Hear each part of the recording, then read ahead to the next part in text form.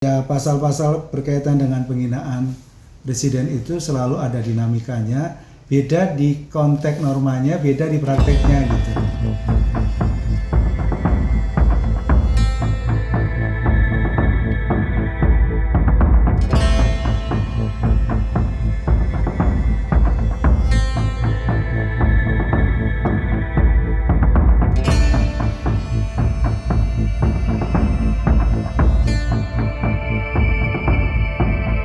Poin besarnya adalah baik KUHP maupun KUHP apakah tetap memberikan perlindungan dalam konteks hak-hak masyarakat, hak-hak warga negara dalam kaitan dengan misalkan hak berekspresi, hak berpendapat, hak berdemonstrasi dan seterusnya. Tetapi kita juga punya pengalaman sejarah bahwa berlakunya sebuah undang-undang itu bukan hanya soal normatif ansih gitu, tapi juga dalam prakteknya gitu.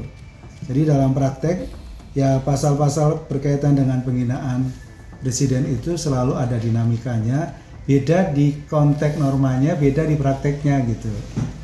Oleh karena itu di sini menjadi penting bahwa antara apa yang tertulis secara normatif dan di dalam praktek itu juga harus tetap harus selaras gitu.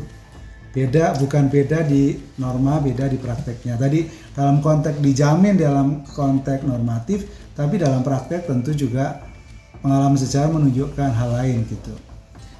Penghinaan yang kemudian mengakibatkan kerusuhan itu siapa yang dipandang sebagai penghina ya? Yang kemudian dari penghina itu menimbulkan kerusuhan. Maka dalam konteks hukum pidana harusnya ini adalah delik material yang ada hubungan kausalitas antara penghinaan itu sendiri dan kerusuhan gitu.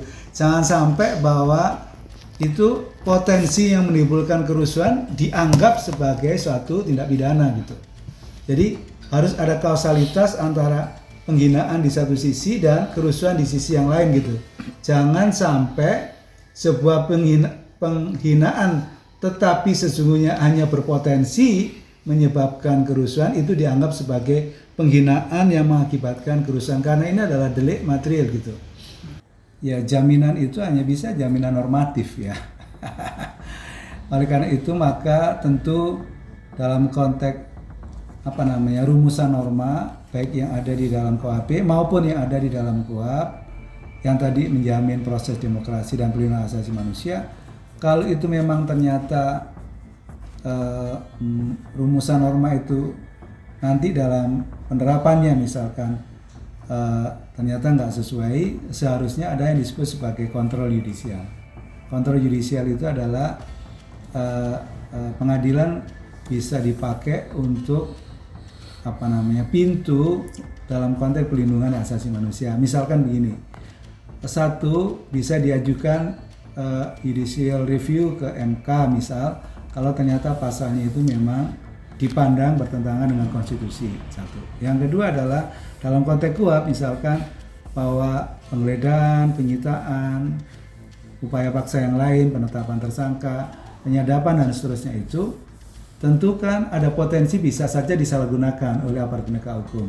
Tapi itu harus bisa dipastikan, harus bisa diuji lewat namanya pra-peradilan gitu. Bahwa setidaknya penangkapan, penggeledahan, penyitaan, penetapan tersangka, penyadapan itu bisa diuji lewat pra-peradilan. Nanti hakim akan memutus bahwa penggeledahan, penyitaan dan seterusnya tadi, upaya paksa tadi ternyata adalah bertentangan